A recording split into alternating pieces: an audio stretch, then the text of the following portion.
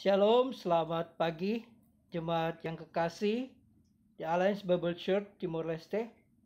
Bersyukur pada pagi ini kita dapat berjumpa lagi dan secara khusus kita dapat kesempatan untuk merenungkan firman Tuhan.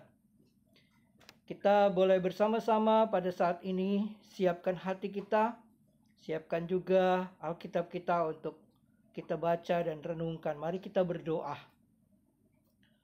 Bapa kami di surga, terpuji namamu. Engkau selalu baik dalam kehidupan kami. Walaupun situasi yang kami hadapi sulit dan mungkin saja buruk, tetapi kami boleh melihat kebaikan Tuhan dalam hidup kami. Sekarang kami mau merenungkan firman-Mu. Berkatilah ya Tuhan, siapkan hati kami membaca dan merenungkan firman-Mu. Pakai hamba-Mu di dalam kelemahannya, biarlah kuasa Tuhan yang boleh nyata dan kemuliaan hanya bagi nama-Mu ya Tuhan. Dalam nama Tuhan Yesus Kristus kami berdoa. Amin. Bapak Ibu yang kekasih, kita akan membaca firman Tuhan dari 1 Petrus pasal 1. Kita akan baca dahulu sekarang saat ini ialah ayat 13 sampai dengan ayat yang ke-16. Tapi sementara saya berbagi renungan, kita dapat tetap membuka Alkitab dan akan memperhatikan ayat-ayat selanjutnya. Baik, mari kita perhatikan 1 Petrus pasal 1 ayat 13 sampai 16. Demikian firman Tuhan. Sebab itu, siapkanlah akal budimu, waspadalah dan letakkanlah pengharapanmu seluruhnya atas kasih karunia yang dianugerahkan kepadamu pada waktu penyataan Yesus Kristus. Hiduplah sebagai anak-anak yang taat dan jangan turuti hawa nafsu yang menguasai kamu pada waktu kebodohanmu. Tetapi hendaklah kamu menjadi kudus di dalam seluruh hidupmu, sama seperti Dia yang kudus yang telah memanggil kamu. Sebab ada tertulis, kuduslah kamu sebab aku kudus. Kita akan merenungkan dalam kebenaran firman Tuhan ini tentang hidup sebagai anak-anak yang taat. Ada di dalam ayat yang ke-14 dikatakan, hiduplah sebagai anak-anak yang taat. Bapak Ibu yang kekasih, konteks dari pembacaan ini telah kita renungkan pada minggu yang lalu, yang berbicara tentang pengharapan, hidup yang penuh dengan pengharapan. Dan kita memiliki kepastian, pengharapan kita di dalam Yesus Kristus itu pasti. Bukan saja dimulai dari Allah sendiri yang bertindak, yang memilih kita di dalam Yesus Kristus. Dan melalui penebusan Yesus Kristus, kematian dan kebangkitannya menjadi jaminan kita. Selain itu kita juga dipelihara dengan kekuatan Allah. Dan bahkan kita punya semangat dan gembira menantikan pengharapan kita yang pasti itu. Dan bahkan Roh Kudus sendiri yang ada di dalam diri kita, itulah yang memberikan pembuktian kebenaran ini dan bahkan menjamin sampai pada saatnya kita mencapai pengharapan yang sudah dijanjikan bagi kita. Bapak Ibu, yang menarik di sini bahwa kita disebut sebagai anak-anak Allah. Kita ingat bahwa di dalam Yohanes pasal 1 ayat 12, seberapa banyak yang percaya dan mengakui Yesus menjadi Tuhan dan Juru Selamat, diberinya kuasa menjadi anak-anak Allah, mendapat hak dalam keluarga Allah, menjadi satu di dalam keluarga Allah. Sebutan sebagai anak-anak Allah bukan sebutan yang berkaitan dalam korelasi kelahiran secara jasmani. Tetapi kita mengalami kelahiran baru yang dikerjakan oleh Allah. Kita masuk dalam keluarga Allah dan disitulah pekerjaan Allah untuk menjadikan kita sebagai anak-anak Allah. Sewaris dengan Kristus. Dan dalam relasi inilah kita yang sudah percaya kepada Kristus sekarang menjalani hidup yang Tuhan sedang percayakan kepada kita. Satu relasi yang begitu indah, yang membedakan kita dengan agama-agama lain. Kita dapat memanggil Allah sebagai Bapa, ya Aba, ya Bapa. Dan bahkan kita dapat berseru kepadanya begitu dekat. Karena Allah sebagai Bapa yang mengasihi kita. Nah, Bapak Ibu yang kekasih dalam Tuhan, sebagai anak-anak Allah, kewajiban kita memang harus taat kepada Allah. Seperti seorang anak yang sesuatu yang patut dilakukan, yang harus ada ialah taat kepada orang tua. Karena itulah yang sudah diatur di dalam undang-undang atau hukum Allah. Hormatilah ayahmu dan ibumu. Dan itu ada janji berkat di dalamnya. Sebagai anak-anak Allah yang telah ditebus, kita diingatkan di dalam pembacaan ini. Dimulai dengan ayat 13 dikatakan, sebab itu siapkanlah akal budimu, waspadalah, letakkanlah pengharapanmu seluruhnya atas kasih karunia yang dianugerahkan kepadamu pada waktu pernyataan Yesus Kristus. Setelah kita mempunyai keyakinan yang pasti tentang pengharapan, kita harus mempersiapkan akal budi kita. Mempersiapkan totalitas diri kita. Ingatkah kita apa yang dikatakan dalam Roma 12 ayat 2? Janganlah kamu menjadi serupa dengan dunia ini.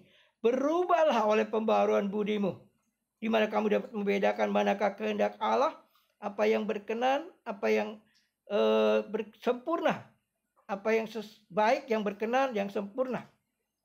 Menarik sekali. Kita harus menyiapkan akal budi kita yang tidak serupa dengan dunia ini. Akal budi kita yang sudah mengalami pembaharuan dari Tuhan. Kita tidak lagi memiliki pikiran-pikiran dunia ini. Tapi sebagaimana pembaharuan budi itu, kita dapat membedakan. Kita dapat memilih, memutuskan hal-hal yang sesuai dengan kehendak Allah. Apa yang baik, yang berkenan kepada Allah, dan yang sempurna. Letakkan pengharapan kita seluruhnya dalam kasih karunia. Dan itulah yang menjadi satu tekad kita. Pengharapan kita bukan pada dunia ini. Bapak Ibu, kita memang tinggal di dunia ini. Tapi pengharapan kita seluruhnya bukan pada dunia ini. Kalau kita punya harta benda, kita punya berbagai hal di dunia ini yang mungkin menjadi hal-hal yang kita bisa nikmati. Tetapi harapan kita bukan kepada dunia ini. Bukan kepada uang, bukan kepada hal-hal yang kita miliki di dunia ini. Karena semuanya itu sifatnya sementara dan bahkan akan segera lenyap. Nah, poin yang akan kita renungkan pada pagi hari ini ialah hidup sebagai anak-anak yang taat itu menunjukkan dua hal yang sangat erat. Jadi identitas sebagai anak-anak Allah juga ditunjukkan di dalam tingkah laku atau perilaku yang menyatu sebagai anak-anak Allah. Bagaimana kita dapat menunjukkan kehidupan kita sebagai anak-anak Allah yang mengakui Yesus Kristus sebagai Tuhan, tapi perilakunya beda? Itu tidak mungkin. Anak-anak Allah perilakunya juga sebagai anak-anak Allah yang taat kepada Allah. Mari kita perhatikan ayat inti kita, ayat 14. Hiduplah sebagai anak-anak yang taat dan jangan turuti hawa nafsu yang menguasai kamu pada waktu kebodohanmu. Ini pertama dibedakan bagaimana ketaatan kita itu berarti kita tidak lagi turut kepada hawa nafsu pada waktu kebodohan, pada waktu kita belum mengenal Allah, pada waktu kita sama sekali buta secara rohani, dan bahkan kita jadi orang yang sama sekali tidak tertarik kepada hal rohani. Tetapi kita tahu, kita percaya anugerah Allah telah membuka mata rohani kita. Dan tadinya kita adalah orang-orang yang buta secara rohani, tetapi anugerah Allah telah membuka mata rohani kita untuk mengenal kasih Allah, menerimanya di dalam Yesus. Nah, tinggalkan. Jangan turuti lagi itu. Hawa nafsu yang dahulu. Kita mau memulai hidup kita bersama dengan Tuhan. Dan menarik lagi, anak-anak yang taat ini identik dengan hidup yang kudus. Perhatikan ayat yang ke-15. Tetapi hendaklah kamu menjadi kudus dalam seluruh hidupmu, sama seperti Dia yang kudus, yang telah memanggil kamu. Ayat 16 menegaskan sebuah kutipan, kuduslah kamu sebab aku kudus. Jadi kudus, sesuatu yang memang diasingkan, sesuatu yang beda, yang tidak sama, jelas tidak sama dengan kehidupan dunia ini. Seluruh hidup kita, bukan setengah-setengah. Jelas sekali orang yang mau hidup benar, hidup kudus, bukan setengah-setengah. Ada mungkin berpikir, ya biar saya rohani pada waktu di gereja. Di rumah enggak, bukan itu. Di rumah, di gereja, pekerjaan, di mana saja hidup kudus.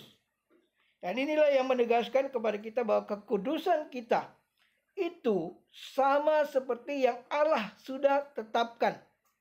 Dan bahkan mengacu kepada diri Allah sendiri.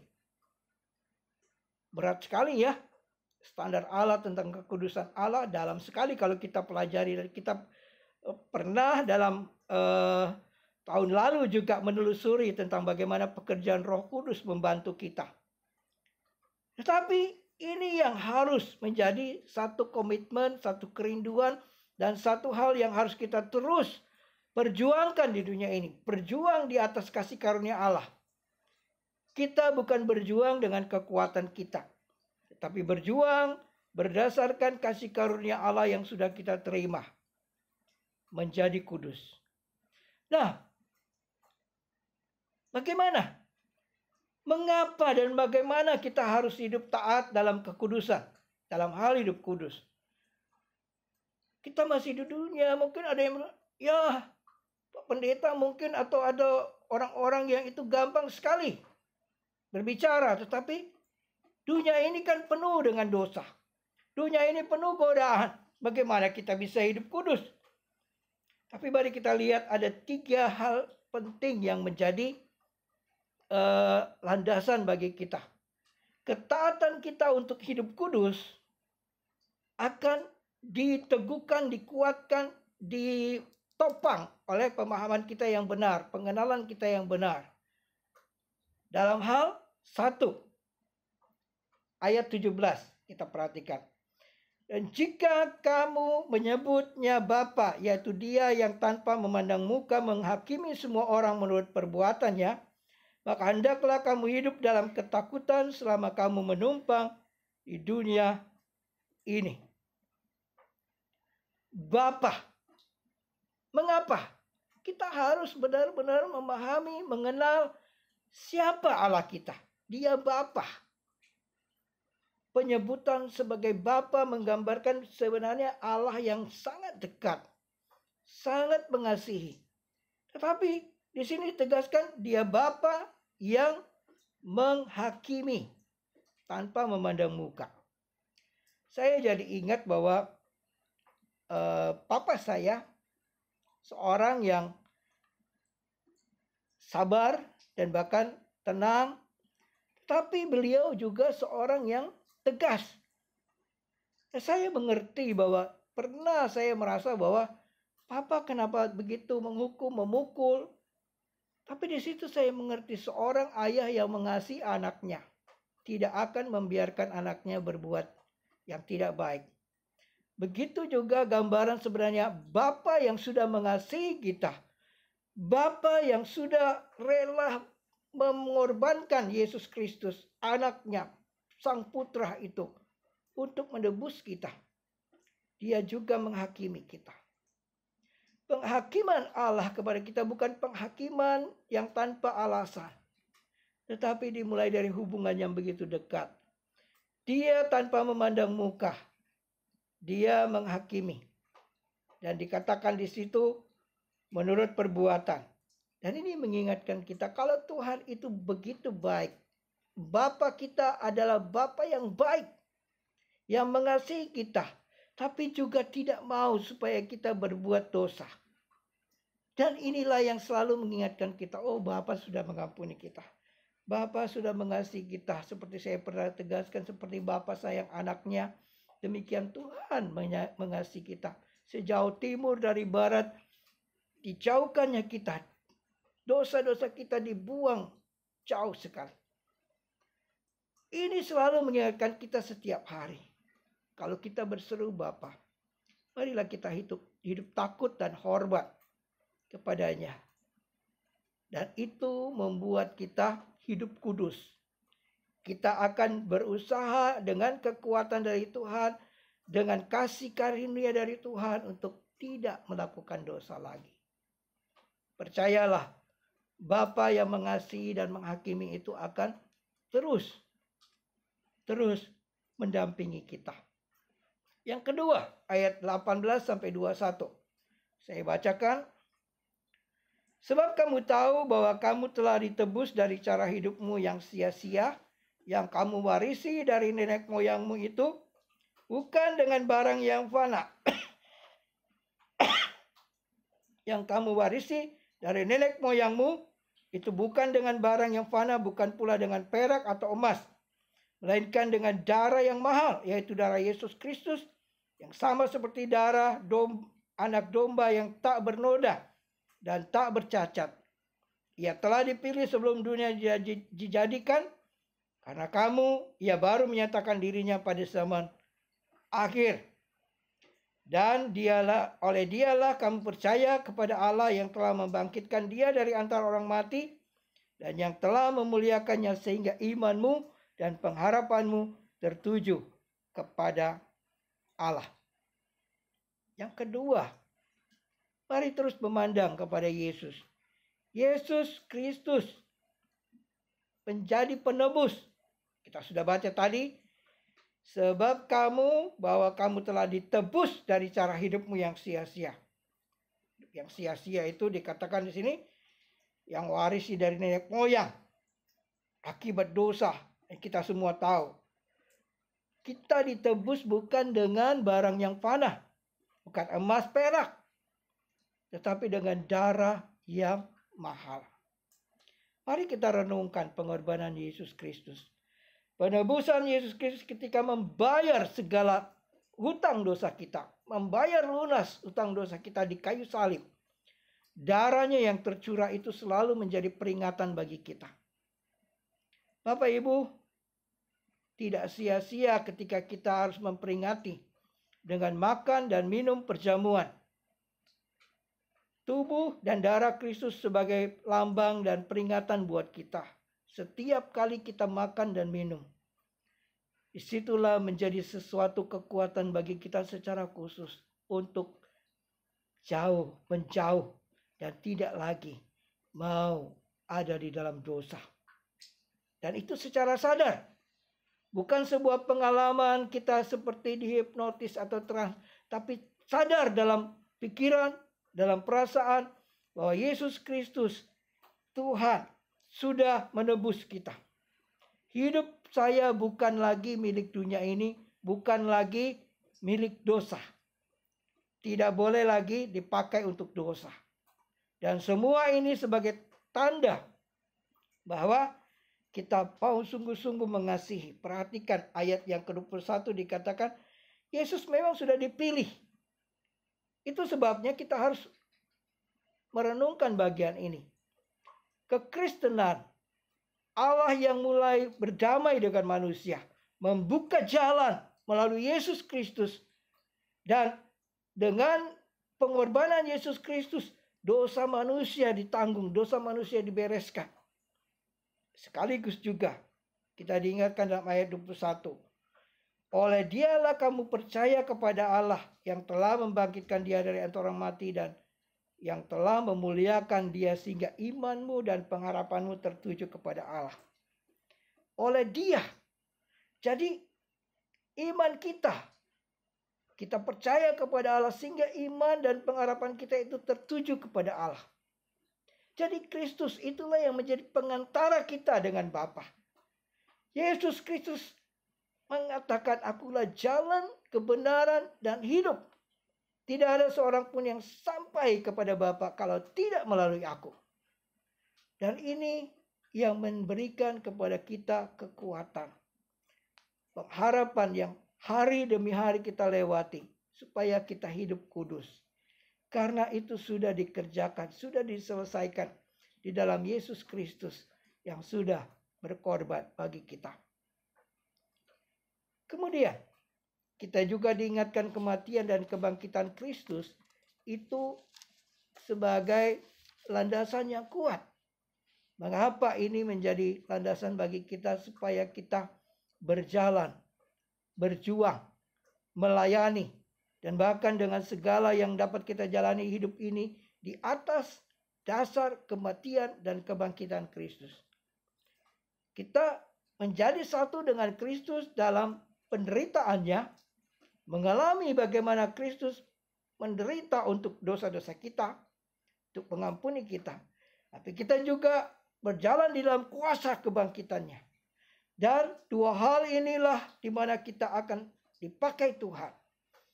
Kita menjadi orang-orang yang menunjukkan bahwa saya sudah mati terhadap dosa dan saya hidup bagi Allah. Saya tidak lagi dikuasai oleh dosa. Saya berjuang dan melayani di dalam kehidupan yang penuh dengan kemenangan terhadap dosa. Dan kita mempunyai kepastian bahwa hidup bagi Allah, hidup yang dipersembahkan sepenuhnya untuk kemuliaan Allah. Akhirnya, yang ketiga, dalam ayat 22 sampai 25, saya akan bacakan. Karena kamu telah menyucikan dirimu oleh ketaatan kepada kebenaran, sehingga kamu dapat mengamalkan kasih persaudaraan yang tulus ikhlas, hendaklah kamu bersungguh-sungguh saling mengasihi dengan segenap hatimu, karena kamu telah dilahirkan kembali bukan dari benih yang fana, tapi benih yang tidak fana oleh firman Allah yang hidup dan yang kekal. Sebab semua yang hidup adalah seperti rumput, dan segala kemuliaannya seperti bunga rumput. Rumput menjadi kering dan bunga gugur. Tetapi firman Tuhan tetap untuk selama-lamanya. Inilah firman yang disampaikan Injil kepada kamu. Bapa, Yesus Kristus, dan yang ketiga, firman Allah. Mengapa kita hidup kudus, taat, dan dalam kehidupan yang kudus? Ada firman Allah. Firman Allah yang diberikan kepada kita. Firman Allah yang diberikan kepada kita itu yang akan menuntun kita. Seperti pelita bagi jalan kita. Dikatakan di dalam ayat yang ke-22. Karena kamu telah menyucikan dirimu oleh ketaatan kepada kebenaran. Jadi ketaatan kita itu jelas. Firman Allah. Kita ingat Paulus ketika mengatakan kepada Timotius, ingat pada masa kecil Timotius sudah mengenal firman Allah dalam 2 Timotius 3 ayat 15 sampai 17. Firman yang diilhamkan itu memberi nasihat, memperbaiki kelakuan dan memperlengkapi. Kalau kita perhatikan di dalam ayat-ayat itu bagaimana firman Tuhan itu berfungsi untuk melengkapi kita sebagai orang yang percaya kepada Kristus. Jadi firman Allah diberikan bukan hanya untuk dilihat, dipajang, tapi harus dibaca. Dibaca, direnungkan, dan dilakukan. Bapak Ibu, menjadi orang Kristen, bila kita tidak membaca Alkitab, bila kita tidak suka dengan firman Tuhan, itu tanda-tanya besar buat kita. Bagaimana kita hidup kudus kalau kita tidak menjadikan firman Tuhan ini seperti pelita. Tidak menjadikan firman Tuhan itu seperti cermin yang akan menunjukkan rupa kita. Tidak menjadikan firman Tuhan itu seperti pedang bermata dua. Yang bukan saja memperbaiki diri kita. Tetapi bagaimana kita dapat menyaksikan kehidupan yang benar. Sebagai hamba Tuhan. Berbicara tentang firman Tuhan memang tidak gampang. Ada mungkin berkata, oh gampang sekali ngomong dan berkhotbah. Satu hal yang sangat penting. Setiap firman yang kita saksikan, yang kita sampaikan, pertama akan menikam diri kita. Sebagai hamba Tuhan, bila dia tidak siap untuk menerima firman Tuhan, lebih baik dia tidak usah berkhotbah. Karena itu sesuatu omong kosong untuk disampaikan. Itu sebabnya tantangan terbesar kita akhir zaman. Begitu banyak pengkhotbah. Tetapi yang terpenting kita lihat buah dari kehidupannya. Tantangan terbesar di akhir zaman ini ialah bukan seorang pemberita firman yang hebat, tetapi justru seorang pelaku firman. Karena kehidupannya akan nampak bagaimana dia menyaksikan kehidupan yang sesuai dengan kebenaran, menyucikan diri dalam ketaatan kepada kebenaran. Itu sebabnya firman Tuhan dibaca, direnungkan, dilakukan, dan menghasilkan buah dalam kehidupan sehari-hari. Firman yang hidup dan yang kekal itu akan menghasilkan buah. Kita perhatikan di dalam ayat itu dikatakan, kamu dapat mengamalkan kasih, ayat 22, mengamalkan kasih persaudaraan yang tulus ikhlas, hendaklah sungguh-sungguh saling mengasihi. Firman Tuhan yang akan nampak dalam kehidupan kita, nampak di dalam kasih yang kita wujudkan. Itu identik daripada kekristenan. Kekristenan yang radikal adalah kekristenan yang penuh dengan kasih, bukan kebencian. Ini sebuah hal yang sangat penting dalam kehidupan kita. Bukan berbicara beragama. Agama tidak perlu dibela. Tetapi kehidupan kita menunjukkan kasih Allah yang di dalam kita akan nampak dalam kasih persaudaraan yang tulus ikhlas. Bukan kasih yang munafik. Bukan kasih yang mencari pujian. Bukan kasih yang hanya di mulut. Tapi juga nampak di dalam perbuatan kita. Di dalam kehidupan yang sungguh-sungguh saling mengasihi dengan segenap hati. Akhirnya kita akan dijamin dengan kebenaran yang penting bahwa firman Allah itu hidup dan kekal. Semua yang hidup, ayat 24, akan seperti rumput. Segala kemuliaan seperti bunga rumput akan kering dan bunga layu. Tetapi firman Tuhan kekal tetap untuk selama-lamanya. Bapak Ibu, satu hal yang sangat membanggakan bahwa kita memiliki firman Tuhan yang hidup, yang kekal. Yang ada di tangan kita masing-masing, kita bisa membaca. Dan inilah kekuatan bagi kita. Kekuatan untuk kita berjalan di dalam terang. Kekuatan untuk dapat membersihkan hidup kita. Setiap hari akan cross-check, mengevaluasi diri. Setiap hari juga hal-hal yang keras di hati kita akan dihancurkan. Roh Kudus memakai firman Tuhan untuk membereskan diri kita. Dan juga pedang yang berguna baik untuk diri kita, menjaga diri kita, dan juga untuk bagaimana menyerang. Dalam arti kita dapat mempertanggungjawabkan iman kita. Pengharapan dan iman kita. Akhirnya Bapak Ibu, pagi hari ini, sebagai anak-anak yang taat, kita bersyukur hubungan kita dengan Allah begitu dekat. Di dalam Yesus Kristus kita menjadi anak-anak Allah, sewaris dengan Kristus. Kita dijamin oleh pekerjaan Allah sendiri, oleh Roh Kudus yang diam dalam kita. Dan selalu ingat, ketika kita hidup di dunia ini, ingatlah Bapa yang mengasihi, tapi juga menghakimi. Ingat Yesus Kristus yang sudah berkorban menebus kita. Pengorbanannya terlalu besar buat kita.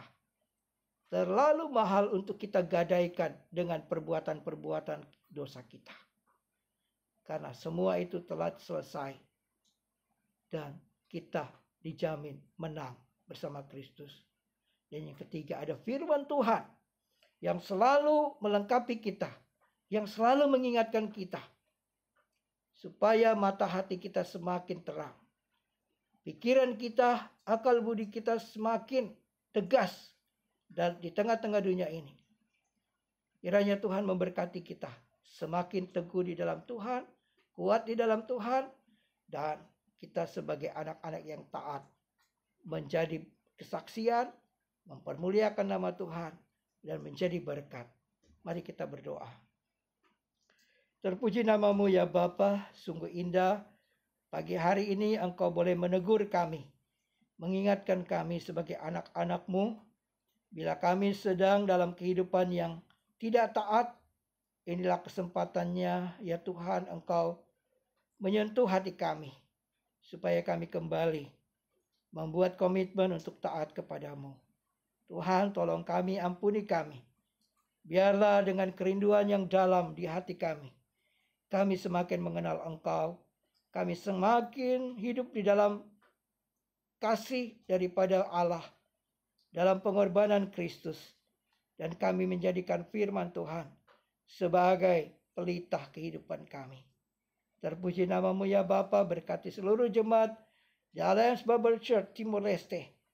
Kami semua, walaupun situasi masih belum menunjukkan hal-hal yang baik, tetapi kami percaya di tengah situasi ini pun Engkau selalu menyertai dan memberkati kami. Kuatkan dan teguhkan kami, supaya kami tetap melihat kepadamu, dan di tengah kondisi ini kami tetap berkarya, bekerja, melayani, dan memuliakan Tuhan. Di dalam nama Tuhan Yesus kami berdoa dan bersyukur. Amin.